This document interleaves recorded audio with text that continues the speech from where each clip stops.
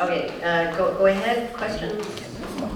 Hello? Hi. So I'm not very familiar with your work, but I would like to ask you to refer back to the beginning of your speech where you were talking about how, like you were contrasting, I guess, like modern feminism with the more classical, older one. And you were saying how it comes out of some sort of Marxist analysis of society.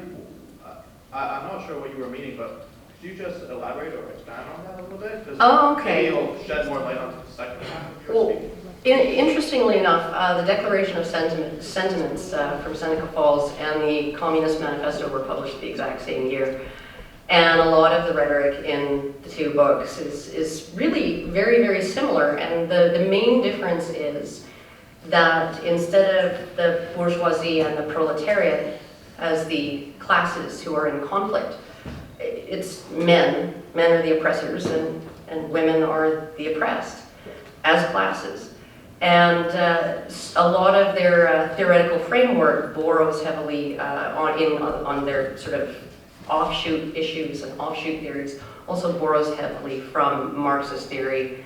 And incidentally, it was quite interesting because some of the most vehement anti-feminists during the suffrage era were socialist Marxists who saw that, yeah, no, this is not how men and women are. This is not how men and women interact.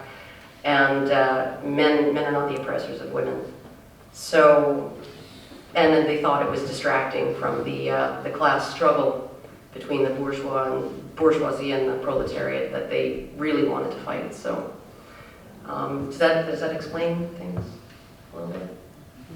Okay. Hi, Karen. Hi. Michael James Penny. Thank you very much for coming down here to present.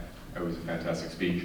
My question is, Aaron Russo made a documentary from Freedom and Fascism, and he talks about his friend, or his former friend, David Rockefeller, how they basically financed and supported, I believe it was the second wave feminist movement, so that they could essentially double the tax base in the United States, and of course borrow more money and be able to pay that interest off with that expanded tax base. So my question then would be, today, with the third wave feminist movement, do you think that maybe the UN and other sort of establishment interests may be using that to potentially censor the internet? There actually was a panel, the Broadband Commission at the UN just a couple of weeks ago, and they had a couple of feminist speakers that I'm familiar with, Anita Sarkeesian and Zoe Quinn, testifying on the panel.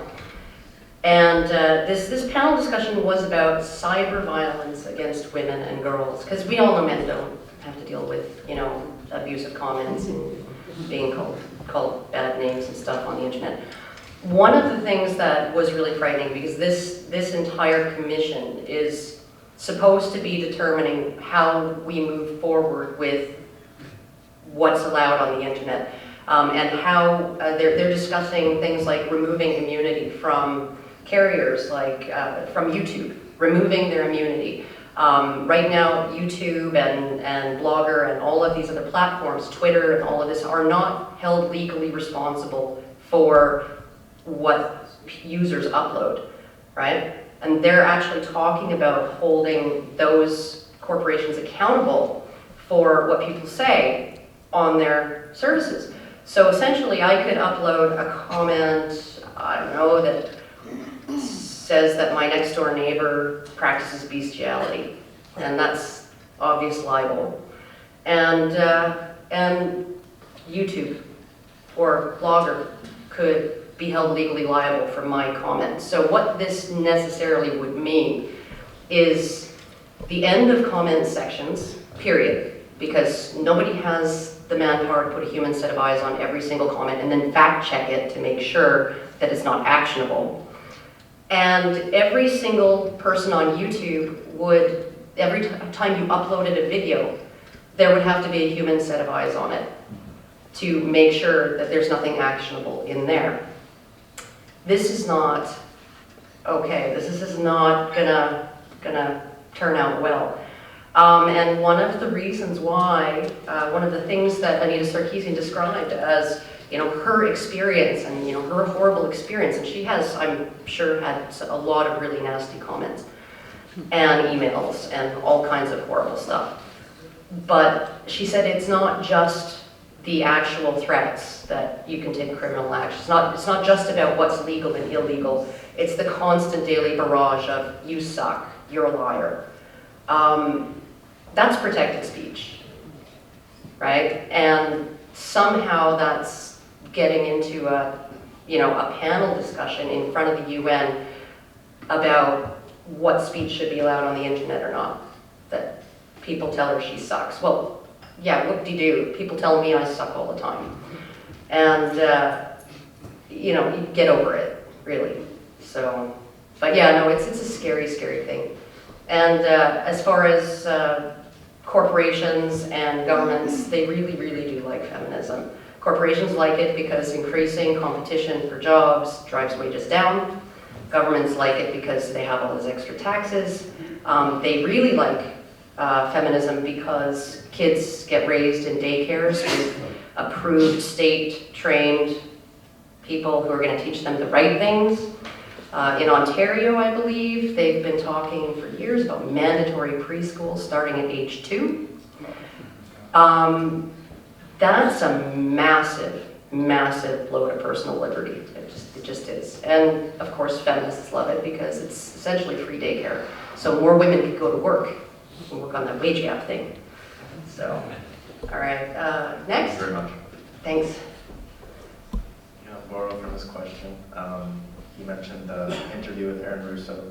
Mm-hmm. So you just confirmed his premise that governments like it because it increases the tax base. But I guess I'll just vaguely ask you, since you know so much about this, what other motivations are there behind feminism? Like if Rockefeller's funding it, are there reasons that certain foundations are backing feminist groups other than increasing the tax base? That last point you made is something I'm suspicious of. Kind of eroding the family and then forcing people to put their kids in public schools. We just had an election here. NDP wanted to set up free daycare centers. And if you look at what happened with public schools, they eventually made them compulsory. So once you get that set up, that's probably what they want to do. And also the ruling class just seems to be of the opinion that the world is overpopulated, so maybe they don't want people forming families. Yeah, they're not going to be happy when the demographic winter hits, right? When the aging population actually outnumbers the people who are working. They're really not going to enjoy that. But one of the things right now that's happening is we actually are seeing an increasing, essentially a bourgeois and proletariat growing divide between those two. The people who get married and tend to stay married are educated, fairly wealthy. The people who are essentially suffering under the erosion of family are working class people. And these are women who don't have careers. They have jobs, right? And they actually are the ones who would most benefit from being in a stable, intact family where they can work less. And 63% of full-time working women have, when they do polls, they say they'd rather work less, not more. But they're increasingly having to work, and it's not the people at the top who have this problem, it's the people at your Tim Hortons making your sandwiches and serving you your donuts. They're the ones who are really struggling right now. And so you have broadening income inequality, and you have essentially two different classes in society now, and we're starting to live completely differently from each other, which is kind of a frightening thing. So. Hi Karen, my name is Tyson. I've been a fan of your videos and blog for the last year, so there's a lot of people who have called you the gateway to anti-feminism, and that was definitely the case for me.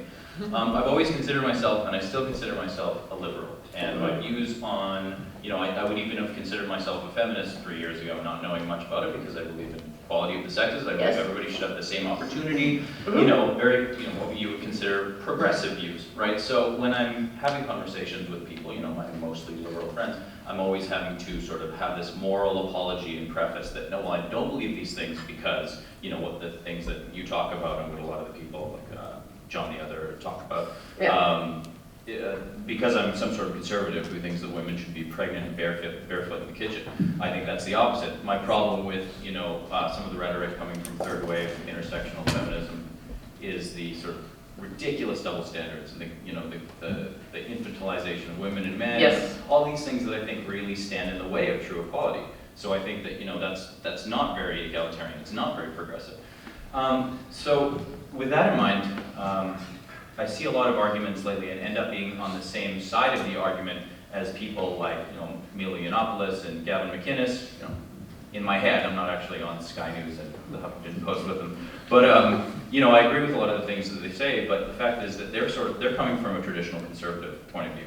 And while I respect their ability to elucidate their opinions, I feel that it's kind of like, yeah, I totally agree with you on that, but I know that we're coming at this from different points of view, right? Like Gavin McInnes, it's like, you and I are saying the same thing, but you believe you're saying that because you think that women shouldn't be working and that, you know, this appeal to naturalism or divinity or whatever religious reason that they have. Do you think that there's any, for lack of a better word, some sort of danger in that, you know, that duplicity and that, you know, the temporary rhetorical alliance between progressive people who consider themselves anti-feminist and conservative people who are just like that?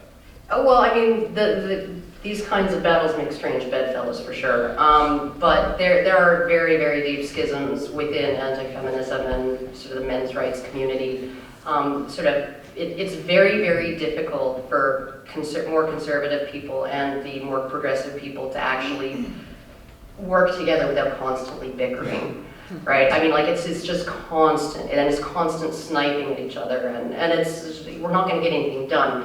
But at the same time, it's healthy to have that, because the last thing we want is an echo chamber. The last thing we want is what happens at Feministing or Jezebel or on Reddit, all of the feminist subreddits, where the moment that you express an opinion or ask the wrong question, and they think that that was a loaded question, even though you were just actually curious and you didn't know, you're banned, you're gone. Your comments get deleted and you're out of there. That is not a good way to try and figure out what policies we should have, what legislations we should pass. You know, the echo chamber is a bad, bad place.